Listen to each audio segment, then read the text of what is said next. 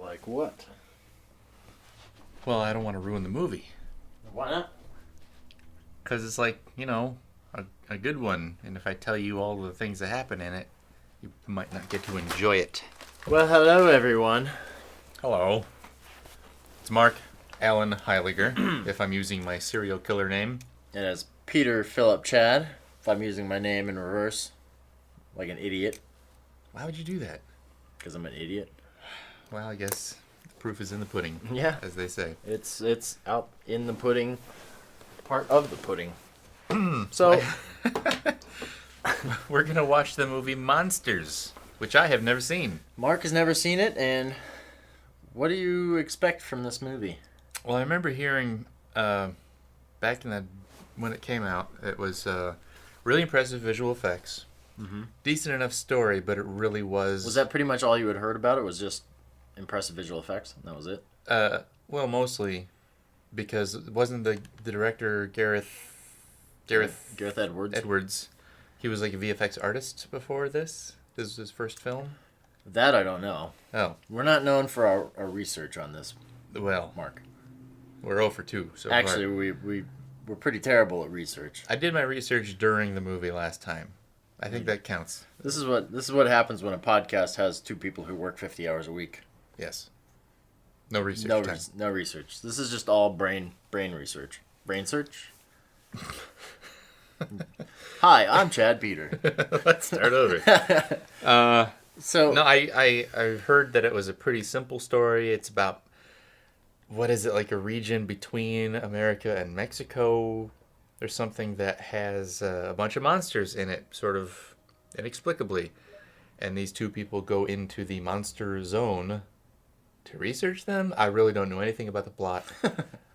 I don't know if they're like after a way to kill them all or what. It seems like, without knowing anything about the plot, I think you generally kind of figured it out, Okay. But I think there was supposed to be some sort of like political tones to the story, like it was reflecting what was happening in the world at the time, but I don't know what that would be. You mean realistically or in the plot of the story itself? Realistically, like what was happening in the movie was making a comment on the real world.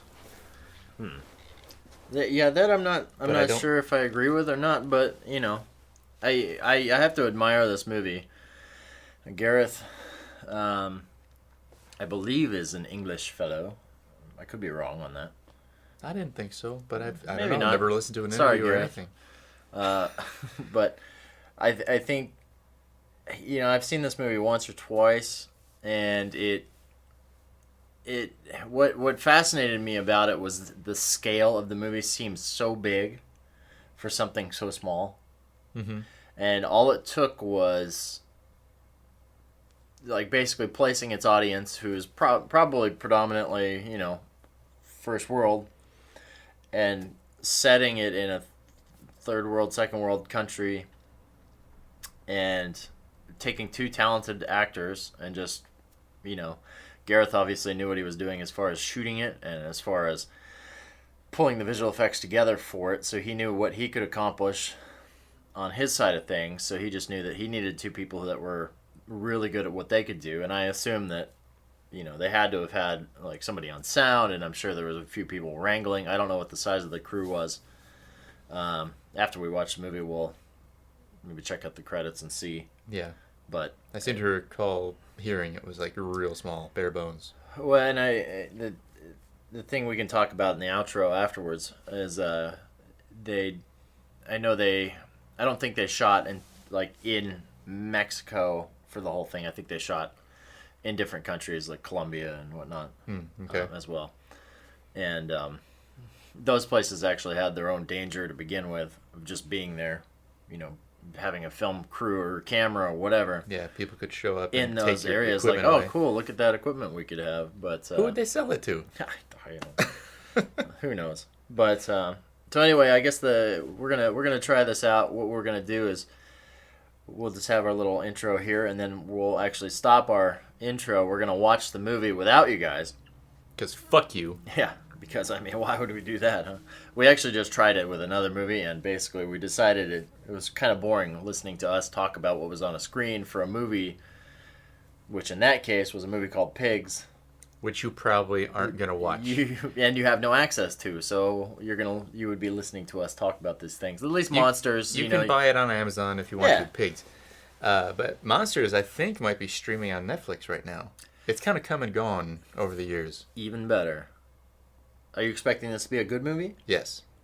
Are you? I'm pretty pumped for it. I'm pretty stoked. I've had it in my queue. I even own the Blu-ray at home. What the fuck? I haven't watched it. What? Who buys a Blu-ray that they've never seen? Oh wait. That's you. Just what I just did with the last movie that we never saw. No, I've got a lot of movies I haven't watched. Yeah, I've been looking forward to it for a long time. I hope I'm not vastly disappointed. But I guess you are. Well, then fuck it. I don't know. It's just a movie. I'll live. Will you hurt yourself?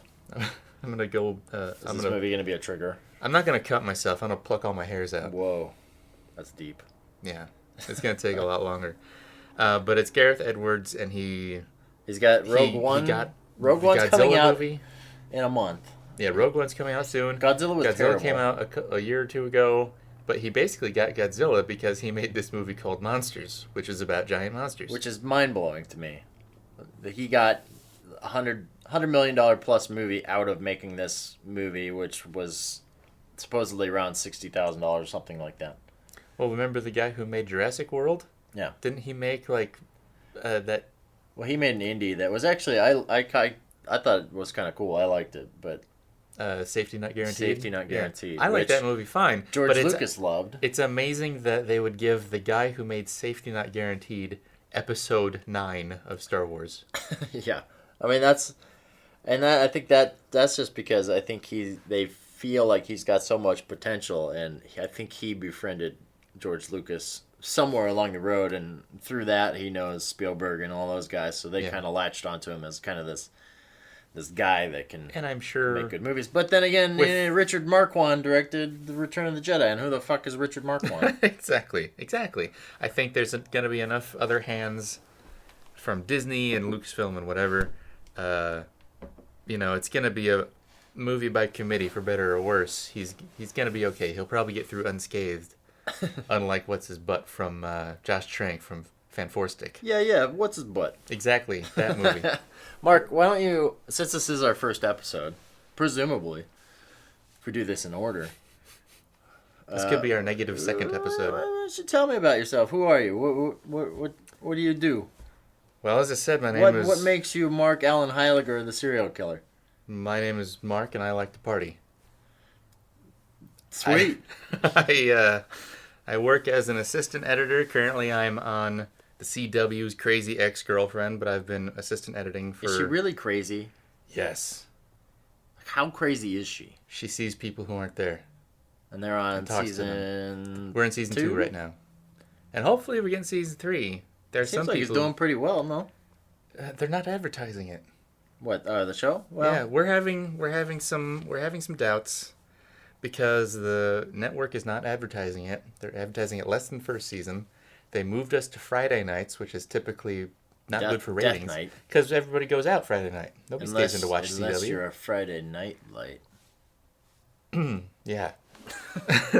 But I work in post-production, basically. I edit here and there. My job is assistant editing, and I love movies. What about you, Chad? Let's see here.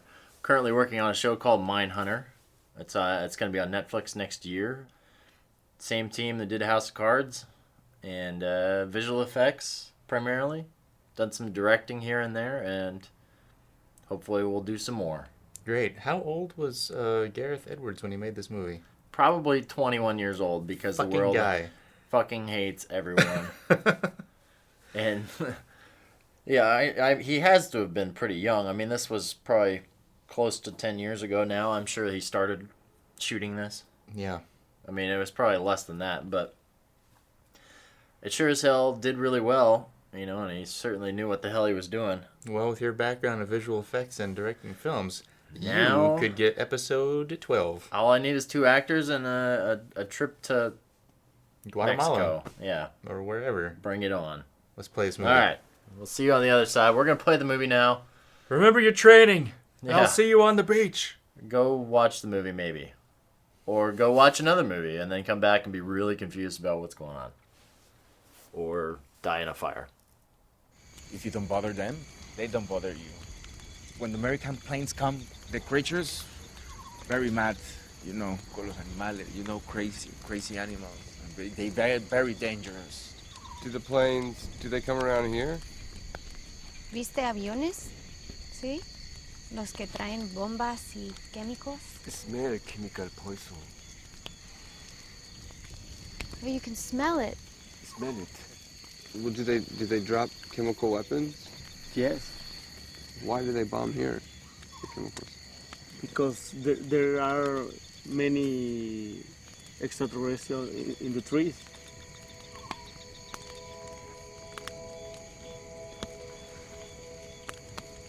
What do you mean there's extraterrestrials in the trees? All the trees are infected. What do you mean the trees are infected? You want to see it?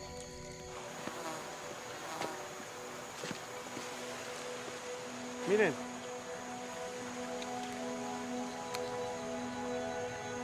What is that? What is that? Look, it echoes back. That is wild. No pasa nada. ¿Qué es? It's okay. No, ¿qué es? I don't think we should be touching it. So this is the infection. Why in the trees? They grow up and go to the river until the ocean. And then what? Se reproducen. Se reproducen en el mar y regresan. They come back. So they lay their eggs in the trees where they grow and then they return to the rivers? Exacto, sí. I guess that's what they mean by infected cells.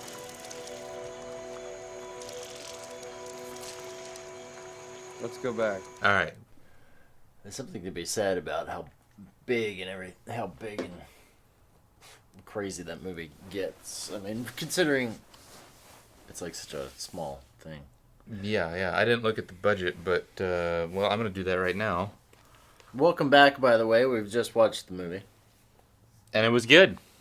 I was very Mark satisfied. approved.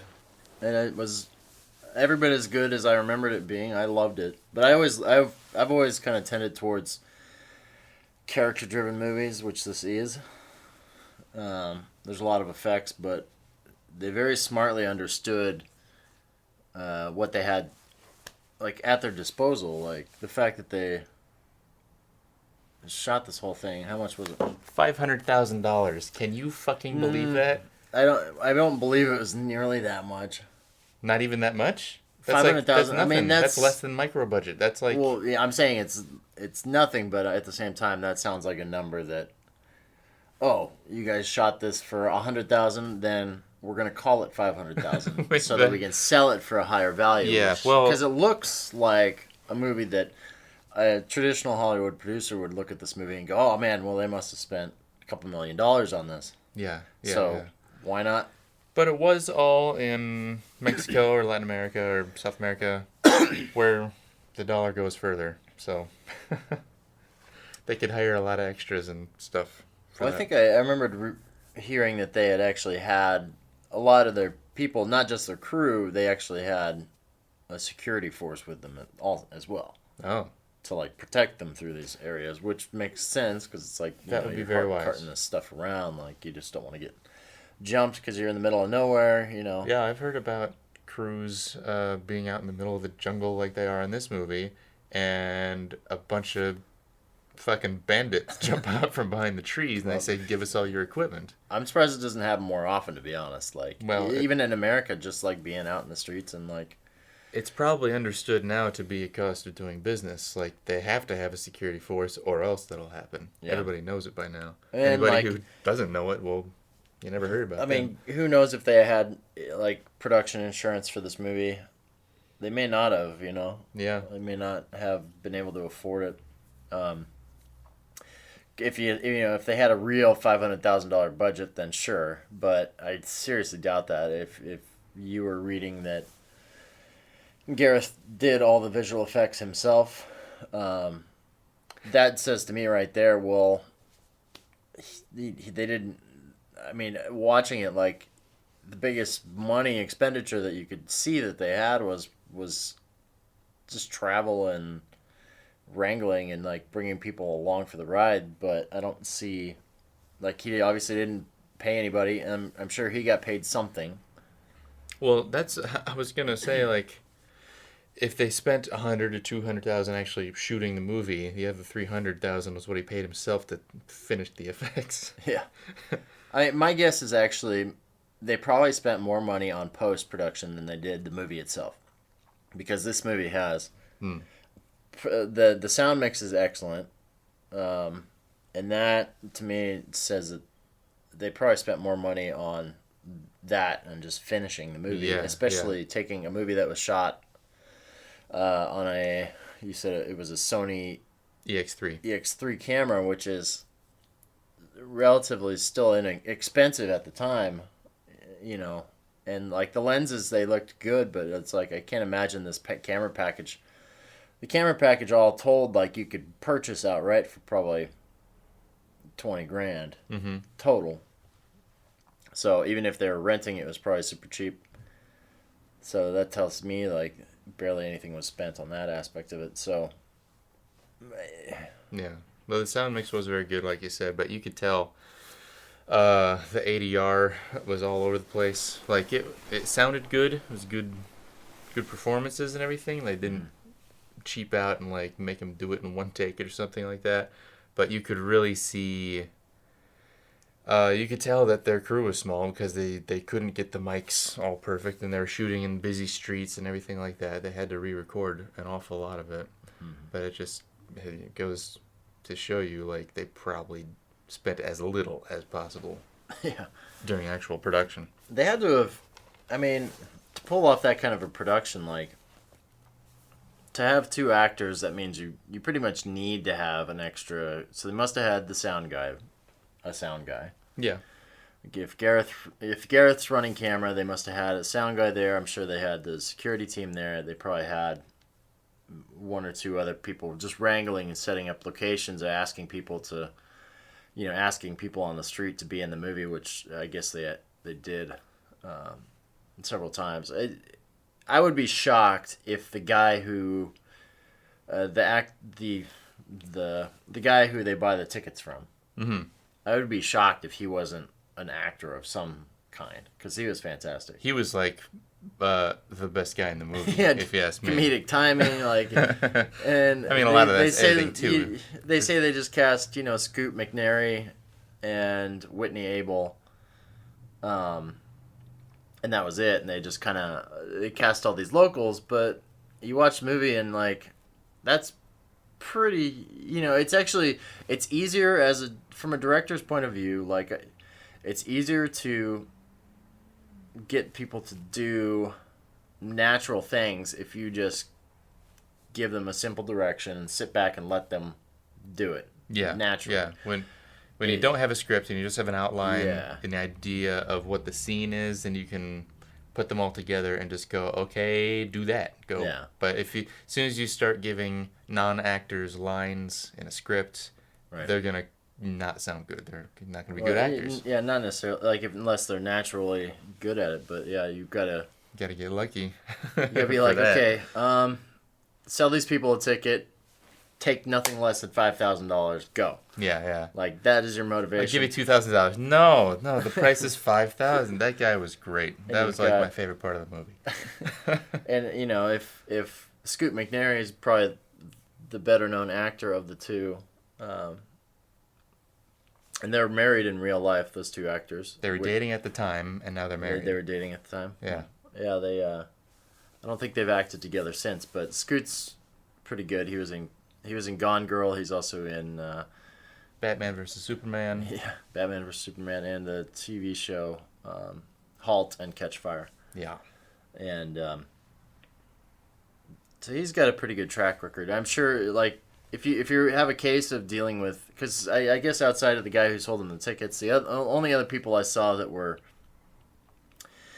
really had involvement was like maybe there was a woman at the beginning, and they have their whole family, and they go stay with them that night. It was like the first night in the movie, I think. Yep. And outside of that, I Well, don't really then recall. You got they go the through the jungle, banditos like the mercs they hire to get them through the quarantine zone, the infected zone. And those guys are good. And that like you said, we were watching the movie, and you had read some trivia, and you were saying that there was a scene in there where there's one actor he's giving a story about how big this thing was that he saw. Like these monsters that they're are in asking him, how big was the monster you saw, and he's explaining, it was this 100 meters or 200 meters, and you said that really what he was telling was a story about how his family, somebody in his family had an encounter with a UFO. And he was telling the story. And he's saying, so it felt real because he thought it was real. They probably were just sitting around on set, and Gareth said something to the extent of, well, tell us a do story you have any about cool something stories crazy. about something like alien spaceship or something, and he's like, oh, my family is this, and then they probably took that, the editors, he chopped it up and made it work in a way that all you need is your two actors in the movie to do the real acting and do the legwork, and yeah, a lot of that scene was the reaction shots of our two main characters listening to the stories. Yeah. There wasn't a ton of footage of these guys talking. You could just hear them, and yeah, that's why it works. Yeah. Did you find the latter half is certainly slower than the first half? Like, it definitely slows down, and you get more introspective with the characters, and you really see. Well, it slows down, but more happens, sort of. I never felt bored or anything, if that's what you're getting at. Like they're out getting through the infected zone, and everything kind of goes wrong. They're on a boat, and the engine craps out, and they spend all day on the water, and almost get eaten by a giant spider thing in the water. That instead eats an airplane and then floating in the water. Yeah. The boat eventually gets them to these mercenaries in the jungle who are taking them on land, and then all those guys get eaten, but our main characters survive because they turn off the lights, and that's what the aliens seem to respond to. So I mean, it was more exciting, but I don't know, physically they're not moving as fast, I guess. Like in the first half of the movie, they're taking trains, they're taking buses, they're taking the back of pickup trucks and ferries and everything, and they're trying to move towards home. And then everything kind of goes boom, and they have to stop and they slow down. And they're not traveling as fast. At a Day of the Dead festival, it seems like it's probably what it's probably what they do every fucking day. Yeah, they very very wisely took that and turned it into a celebration of the dead who had been killed by these monsters. Yeah, and I actually I thought I remembered there was some sort of political message or something. I didn't really get that so much, but I did see a lot of parallels with something like Hurricane Katrina. It's like a disaster zone, and that goes all the way up until the end of the movie when it looks like they're in Louisiana. It looks like they went straight to the location. Yeah, so they went to, okay, where did the nearest hurricane hit? Let's go there and film like this devastated town, because that's exactly what they did. Yeah, before the companies tore all the houses down. But from the very beginning, when they're asking a cab driver, like, well, why do you stay here? If this happens every year, the monsters come through, and jets are bombing the place with gas. The cab driver goes, well, this is where my family is, where I keep all my stuff. Essentially, where am I gonna go?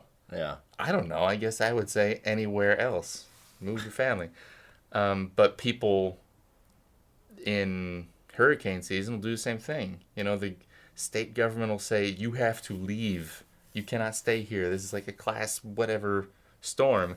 And they'll say, no, this is where I keep all my stuff. It's cool, I'll be fine, yeah. Yeah, and, And I recently,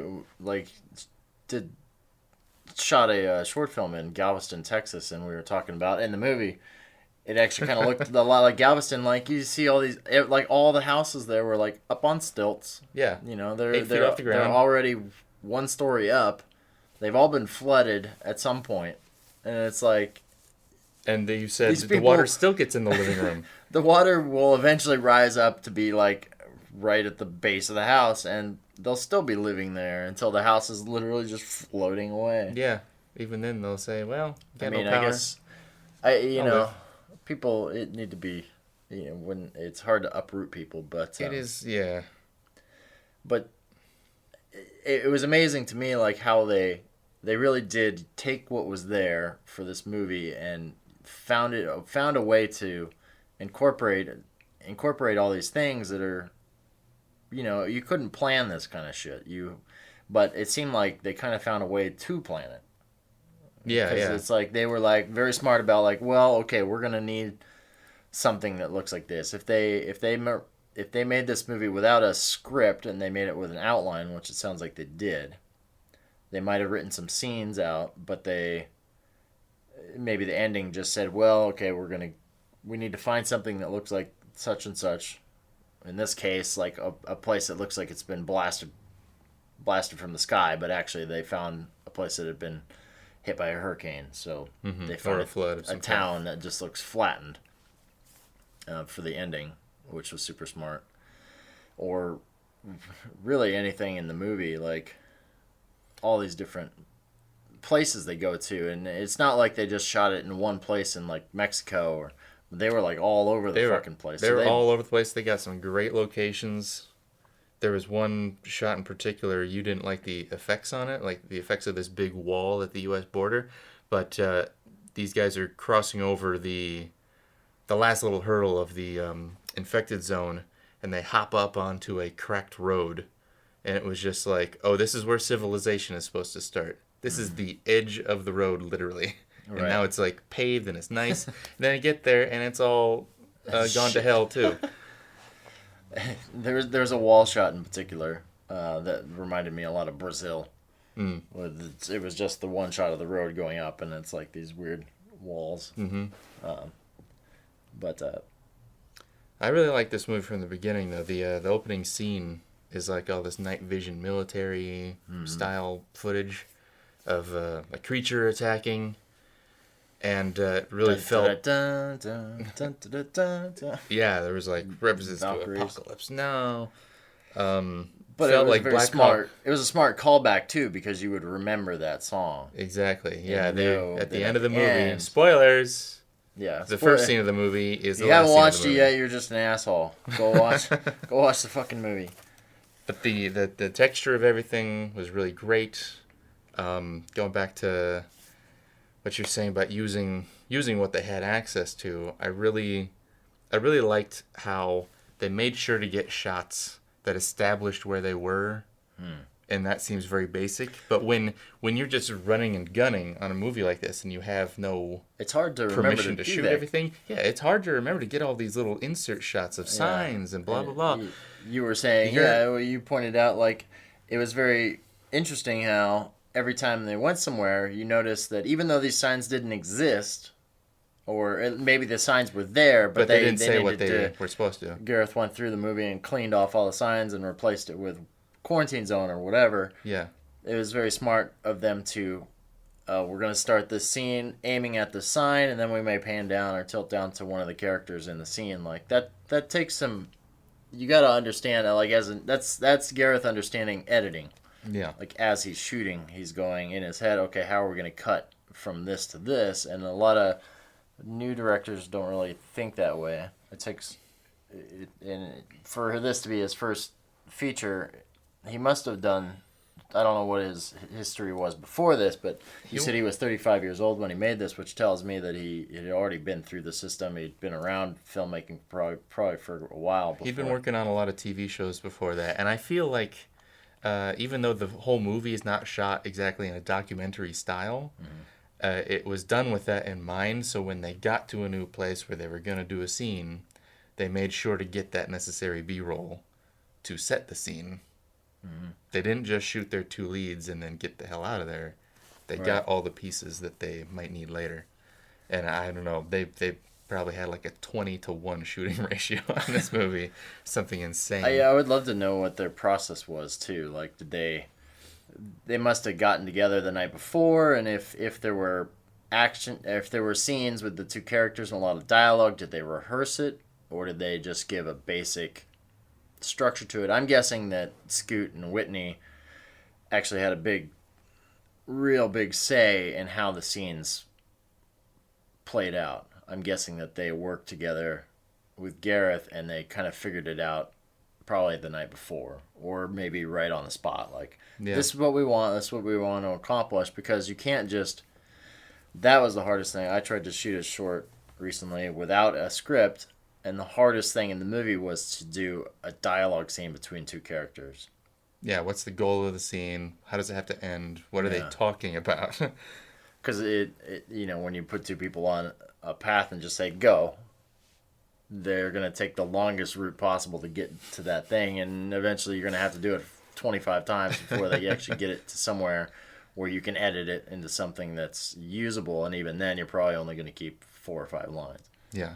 And I wonder if Gareth really had every scene of the movie kind of planned out in his head, or if he just said, well, we're going to make a movie about some monsters in Mexico, and these two people have to get through it all, and they fall in love.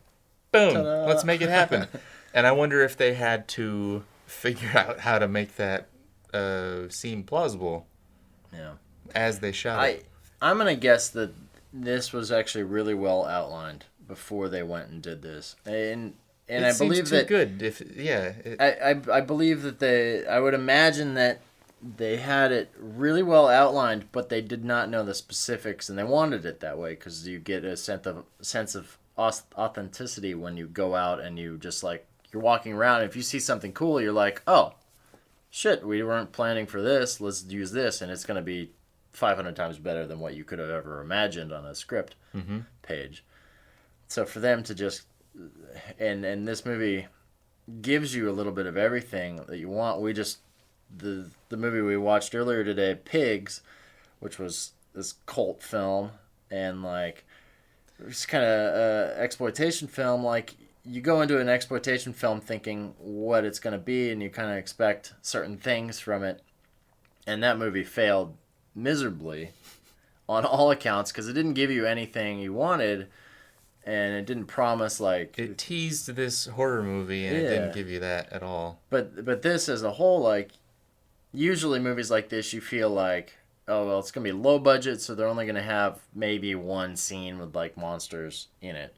Oh, yeah, but they're consistently present throughout the movie, from beginning to the end. And even if you only see them a little bit here and there, you still get these scenes that feel like, and this is why Gareth got hired on Godzilla, you see, like, they took this no-budget thing, and they made it look like this big-budget film.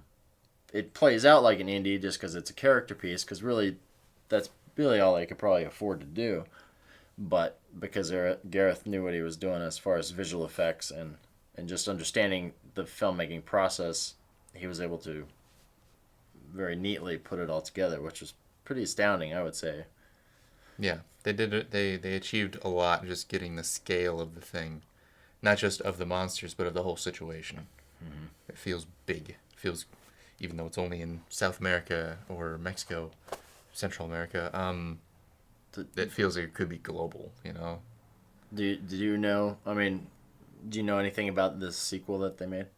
No. I know it's called Monsters Dark Continent. I think that is streaming on Netflix. At least last time I looked for it, it was still there, but that was a while ago. I hear it's bad. I would imagine. I don't think Gareth had anything to do with it. I can't imagine. No, he's probably on as an executive producer or based on story by, something like that. The thing I hope it is, even if I've already heard it's crap, the stories of these guys who are hired to get people through the infected zone, when everybody was stuck on the boat and they're trying to fix the motor, and going like, Juan, come on, fix the fucking thing. Let's go. Come on, man. It was very clear to me, like, the story of each one of these guys would be as interesting as the story we were actually following. These two, Americans going through the whole thing. That these guys do it every day or every season. They're hired to... we're watching coyotes. We're watching these two people basically get an escort through the thing, and They're not doing any work. Well, it kind of reminds me. Just It's sort like of walking. It's like the whole concept behind like Saving Private Ryan. You know, you've got all these people trying to save this one person Yeah. to get them back somewhere, And that's in the the story of process, the you end up troop. so many people die in the process just to get this one person back. It's like in this case, 2 people and all the Just bandits for a little get money killed. that they don't get to spend now. Right. It's kind of ultimately kind of fucked in a way, although you Yeah. care about these characters, so, everyone else be damned. Well, that really, it did hurt when everybody was killed in that scene. And scene, this yeah. other family that they were also trying to help, you just find a dead kid on the ground and the mom in the back of the truck. That's like fucked He up. finally is able to potentially take a photo of the dead child he talks about earlier in the movie. Yeah.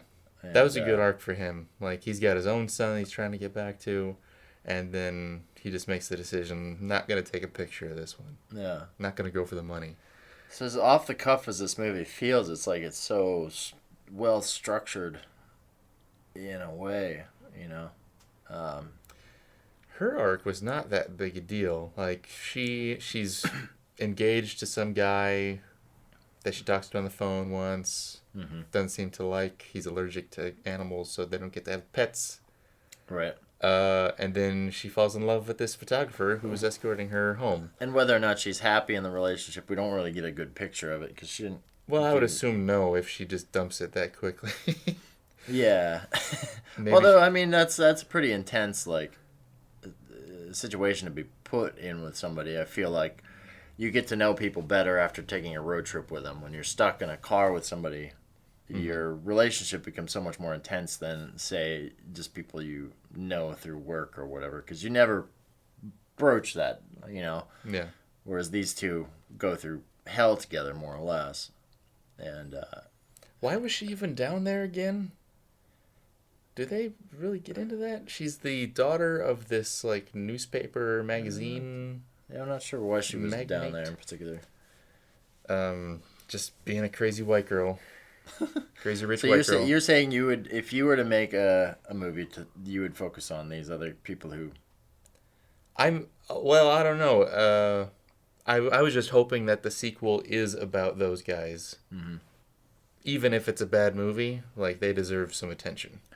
Kind of reminds me of They Sorcerer. deserve a good movie. This movie reminds me of Sorcerer, The truck movie? which is William Wages of Fear? William Friedkin. Yeah, Sorcerer was a remake of Wages of Fear, which was a French film, I believe, and I saw that as well. And that's these people trying to transport nitroglycerin on a truck called the Sorcerer. For some reason. Through the Amazon, which is of course a ridiculously dangerous job. Yeah. And So it's a bunch of people at the end of their pitiful ropes. yeah, they have to Desperate for travel money. through this horrible Amazon, and they kind of do that in this movie. They have to travel through the jungle. But yeah, I'm curious about those other people. What put them in this position where they are now the ones with a little machine gun shooting at a giant 100-foot tall alien monster, just trying to get these fucking white people through the jungle. God damn it. I mean, I could imagine someone like an Indiana Jones type being like, "Yeah, all right, kids, let's go. Take some more of these idiots through the jungle. Yeehaw!" Yeah. So now that you've seen this, how does it change your opinion of Godzilla? Let's say. I haven't seen Godzilla. What the fuck? I haven't seen Godzilla. I think I wanted to see monsters before I saw Godzilla. So you haven't seen any Gareth Edwards. No, So but I've seen trailers. are you gonna go? Are you planning on seeing Rogue One? Yes. Okay. Yes. I've been looking forward to it. And from everything I've seen, I stopped watching the new trailers, the international trailers. Ooh, here's a Japanese trailer. I stopped paying attention to that stuff because I'm already on board. Ooh. So everything I've seen, it looks good. It looks like a war movie set in Star Wars universe. Well, what was when you do see Godzilla eventually? I'm assuming you will someday. Yeah. I think I also have that. It was funny to me that, of course, they would cast this guy makes perfect sense as a director for a monster movie like that. Yeah, because this Like, was a movie about a bunch It of was giant about monsters. a bunch of monsters, and he did it with no money. And And the he best- really made it feel huge. the best parts of Godzilla were the Godzilla parts, the moments with Godzilla. The thing that surprised me though about Godzilla was how bad the character moments were. That's was funny. the exact 'cause opposite. It's the opposite of this. Of monsters, because monsters had these two like very cool like interactions with all these characters, and like we said, most of the dialogue probably was not scripted. It was just kind of off the cuff, just watching them live in this environment. Whereas Godzilla, with its scripted dialogue, was terrible in so many ways, and so many scenes. Like those were the scenes that just didn't come off as genuine. So it's very interesting. I'm really curious to see what Rogue One turns out like as far as that's concerned. You know, and with them talking about having done reshoots and all this other stuff. I mean, who knows? I mean, reshoots could be bad. It could mean they're slapping a Band-Aid on a gushing wound. Or it could mean that they actually had some problems that they improved. That they fixed. Who knows? Did this come out in theaters? I don't even remember it getting that far. It played at South by Southwest. It got bought by whatever distribution company at South by Southwest. So I think it did do like a limited run of theaters. Probably like LA, New York, Chicago, something like that. Yeah, I can't imagine this playing Places like New Art, smaller theaters. big theaters. Yeah. Limley, whatever. I was very impressed with the movie. I was about to say I was pleasantly surprised, but I wasn't surprised. I was expecting it to be good. So Well, it fulfilled everything I wanted to see. You kind of in the middle there. I didn't want to ruin it for you because you did mention like she's supposed to be in that first scene in the movie.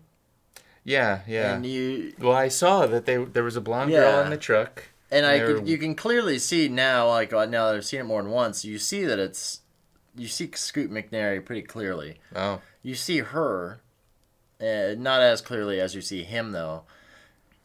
But I also thought about it. And I was like, well, actually, like the very next scene, you see him looking for her, and they kind of make it look as if the event you've just witnessed That's what I thought. happened. That's what I thought. Because he finds her in a hospital, and she's got her wrist all bandaged up. Like, I don't know. I thought the Jeep they were in was in a little crash or something. She got a little bit hurt, and everything's fine now. So do you think they live?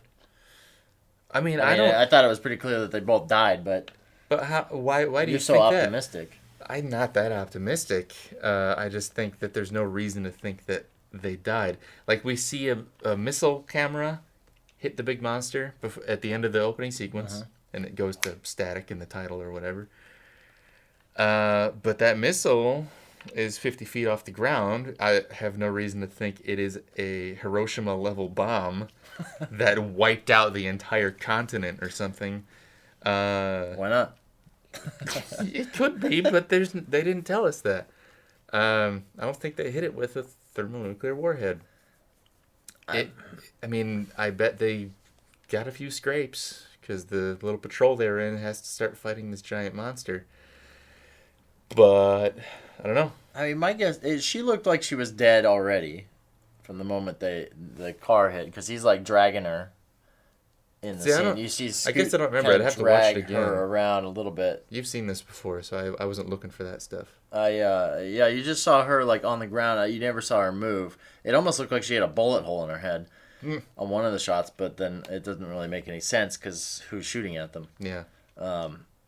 But he's like dragging her a little bit, and then the next thing you see though is the monster getting shot from above. I was guessing that whatever they shot it with was a much larger weapon than. Even still, when you see those kind of videos of the missile cam going in on a target like that, usually the explosions are pretty significant. Even if they're a small block. Yeah. Even if they're a small thing, you still see the shockwave, go. Hey, they might have some permanent hearing loss after an impact like that. I don't know. I'd like to believe, that they live, but I don't know. Doesn't look good. I don't know. I have no evidence to support either theory, I guess. Either theory, yeah.